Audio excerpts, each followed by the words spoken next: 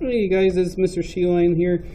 This is going to be the check your understanding number 3 for the 5.3 notes. 5.3 notes concerning the conservation of momentum in 2 dimensions, and collisions in 2 dimensions. So let me shut the door over here real quick and then get back to business. Okay. So make sure you've got your notes handy and make sure you're taking a look at what the question is here. And as I say that, I don't have one immediately right here. Let me grab it.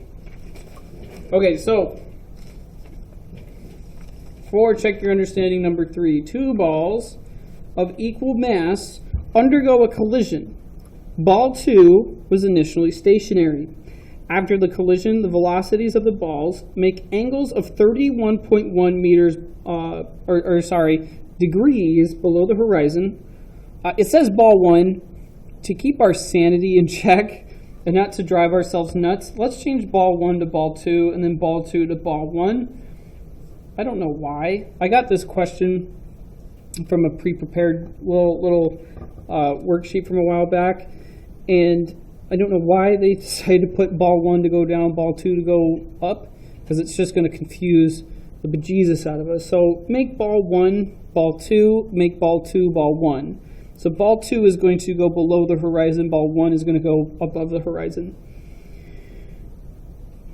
To continue the problem, and 48.9 degrees above the horizontal for ball 1, relative to the original direction of the motion of that moving ball. So first we're going to draw a diagram, and then we're going to find out what the final velocities and also the angles of both of these balls when the initial velocity of the first ball is 2.25 meters per second. Okay, so let's draw that diagram. So this is what we're working with here. So here we've got, we'll say ball 1. It's moving across. It's moving across here at 2.25 meters per second in this way. And this dude is going to bump into this dude. Okay, this guy's at rest. So once they collide, ball 1 is going to shoot this way. Ball 2 is going to shoot this way. And we've got to figure out here what theta is. We've got to figure out what phi is. We've got to figure out what the final velocity of our second dude here is and what the final velocity of our first dude here is. Okay. Terrible. Too many sentences ending with too many prepositions. Anyway. So, we've got our diagram because this is pretty much what's happening. Now that we've got our diagram here, let's try to solve for this. So this one, I've got my paper in landscape form. I've got it long ways here, horizontally. Because what we're going to be doing is I'm going to be doing the x component and the y component separately, but at the same time, basically. It just makes it a little bit easier for, oh my goodness, make it a little bit easier for us. Let me grab a drink of water. Yikes. Okay, so before we lay out our variables here, let's kind of separate the pictures here. So we've got ball 2. We've got ball 2 here that's going to have a projection that looks like this. We're solving for this guy here. Okay, we're going to solve for this guy here. We're going to solve for this, which in this case, we're going to just have this, or we're going to draw it like this. It's going to be the initial, it's going to be the initial, or sorry, not the initial, but it's going to be the velocity of our oh my goodness. It's going to be the final velocity of our second object here in the x-axis. And then this is going to be the final velocity of our second object here in the y-axis. Okay, now, because we're concerned with only one object moving relative to this area here, relative to this triangle, we don't have to first find the you know, we don't have to abide by or we're not, we can use Pythagorean's theorem here is what I'm trying to say. We're not limited to only using the conservation of momentum, I guess, ideas and equations. However, pretty much that's all we really can use with the limited information we have. For a good chunk of it, all we can use is the conservation of momentum problems, okay? So, and the reason, and I guess why I say that is because we're not trying to say that this is the momentum here. We can write down the velocity in the x direction, velocity in the y direction, okay? So, but we don't have this, we don't have this, and we don't have this, and we do have this, though. We do have this. This guy is going to be 48.9 degrees, okay? So we do have this. We're trying to find this, but at the same time, we're also trying to find these two. So I'm going to use SOHCAHTOA, and I'm going to make these guys. I'm going to put them into units or into a way that includes this as well, which for this right here, it's going to be the final velocity of for a second object in the x direction. It's going to be VF2 times the cosine of phi, whereas the y is going to be VF2, this final velocity, this right here, times the sine of phi. Okay, that's going to be important because we're going to be using that here in just a bit. Let's do it the same thing, but for this guy right here. I'm going to put it up above it, actually. Okay, so we've got theta. Theta is 31.1 degrees. We're trying to find the final velocity of our first object. We're going to try to find the final velocity of our first object in the y direction, and then the final velocity of our first object here in the x direction, okay, which it's going to be the same as these. It's just instead of phi, it's theta. So for x, or on the x-axis, it's going to be cosine theta, times the final velocity of our first, final velocity of our first object here. So then up here, it's going to be VF1 times the sine of theta. Okay, so this is what we're working with so far. Okay, so now that we've broken this down into, two triangles, we've got working material here. We've substituted more or less where we're going to substitute these later on into our conservation of momentum equations in order to find out what the final velocity is for each object and also the angle in which they have been projected. So let's now just write what stuff we have and what we don't have. So M1 initially in the x direction.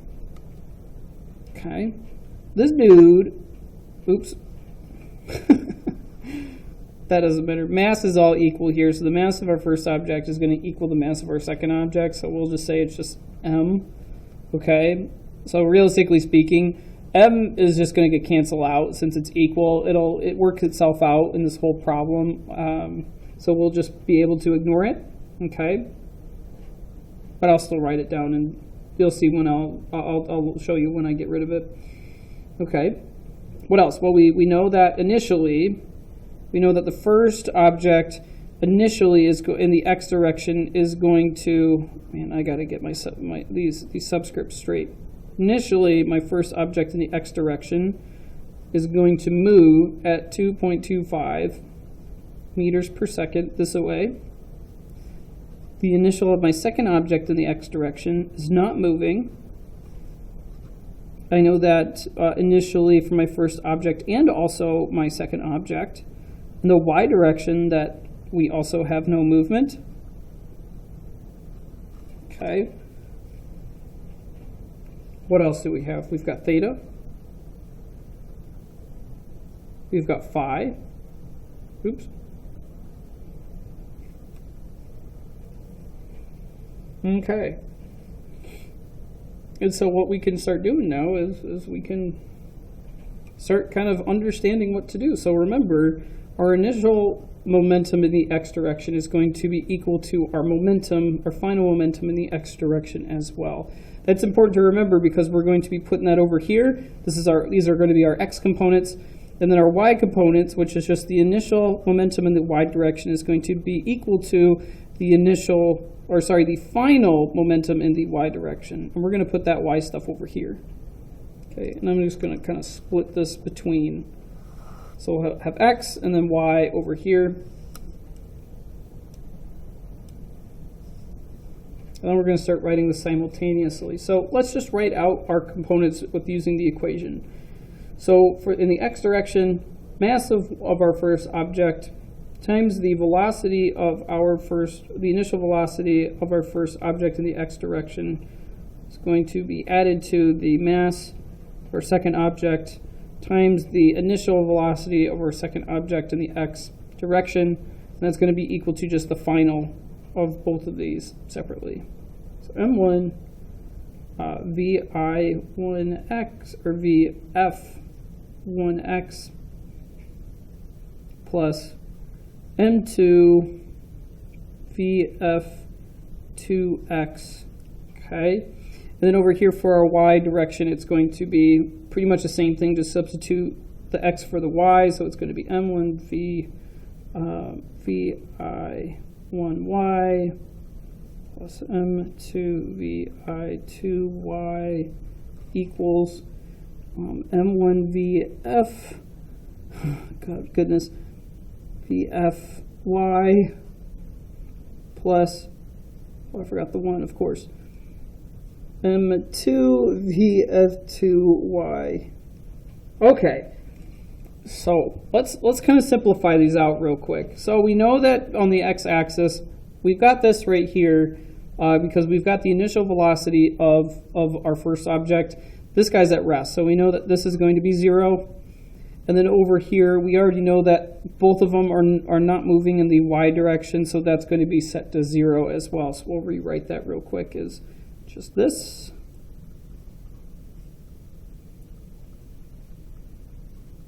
Okay. And then we'll rewrite this guy to be equal to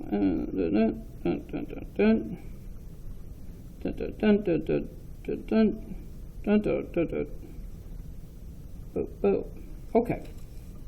So now we've got these pretty much the way we want them. It's going to make things a little bit easier for us. Okay, let's just focus here and start substituting things out here for the x direction. So we're going to be using this guy over here and also, this guy and this guy to substitute out, realistically speaking, just this right here, this guy and this guy, because that's what we're working with. Okay. Now, before we do that, we can also just get rid of masses, because the masses, since they're equal to one another, they would just cancel out. They divide each other out. So we won't have to worry about that. Okay. So then let's substitute this out. So it'll be 1x equal to, I'm going to substitute this for this, the cosine of theta. Well, final velocity of our first object times the cosine of theta. So it's going to be vf1 times the cosine of theta plus vf2 times the cosine of phi. Okay. All right. Then what we can start doing is that let's see, where can I'm trying to think of best way to tackle this.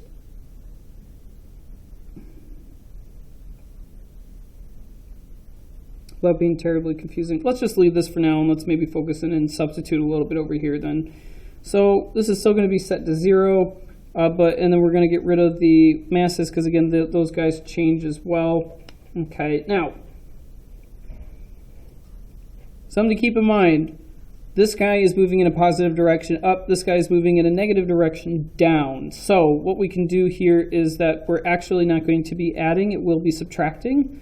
It could just be adding a negative, what's the word? Adding a negative momentum, but we're going to make it easy. It's going to be minus. So we'll do that. Okay. So let's substitute these out. So VF1y, so VF1y here is going to be equal to VF1 times the sine of theta minus VF2 times the sine of phi. Okay. Okay.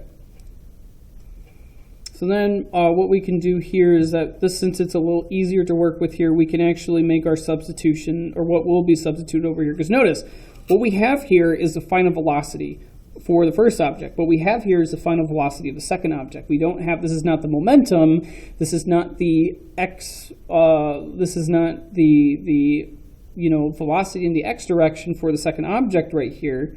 And this is not the final velocity in the x direction for the first object. What we have here is the final velocity. It's this right here, okay, right here. And then this guy is this one right here.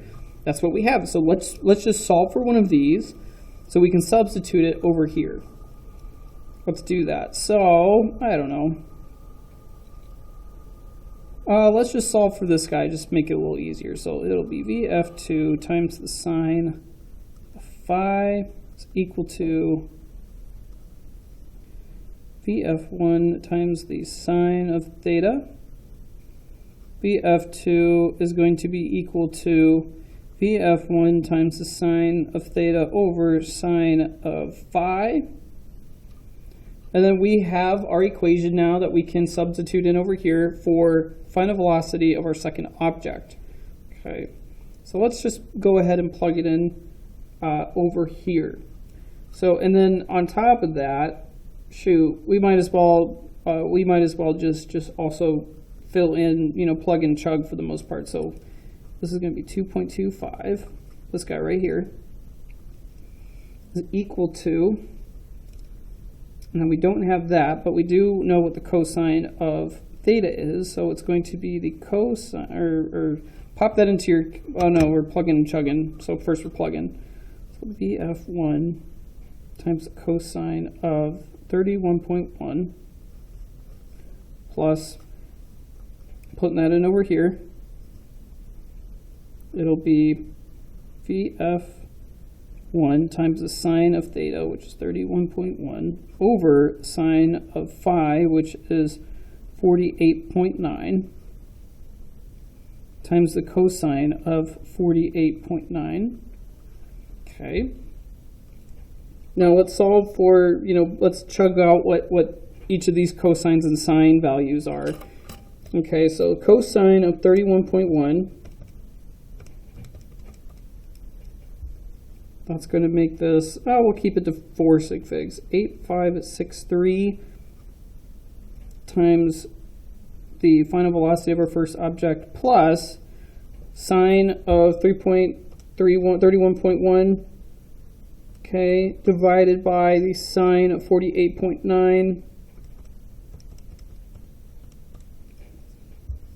That's going to give us 0.6855 VF1 times the cosine 48.9, 0.6574. Still is 2.25 over here. Let's put that together. 0.6574 times 0.6855. That's going to give us 0.4506 times final velocity of our first object.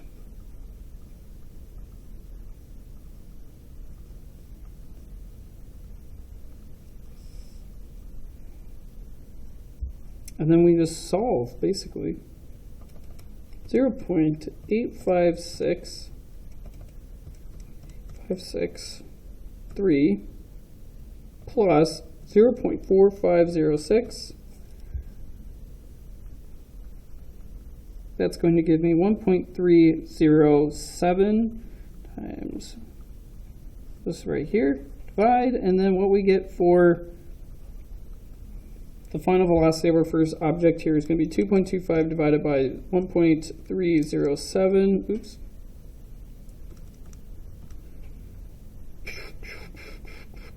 Divided by 1.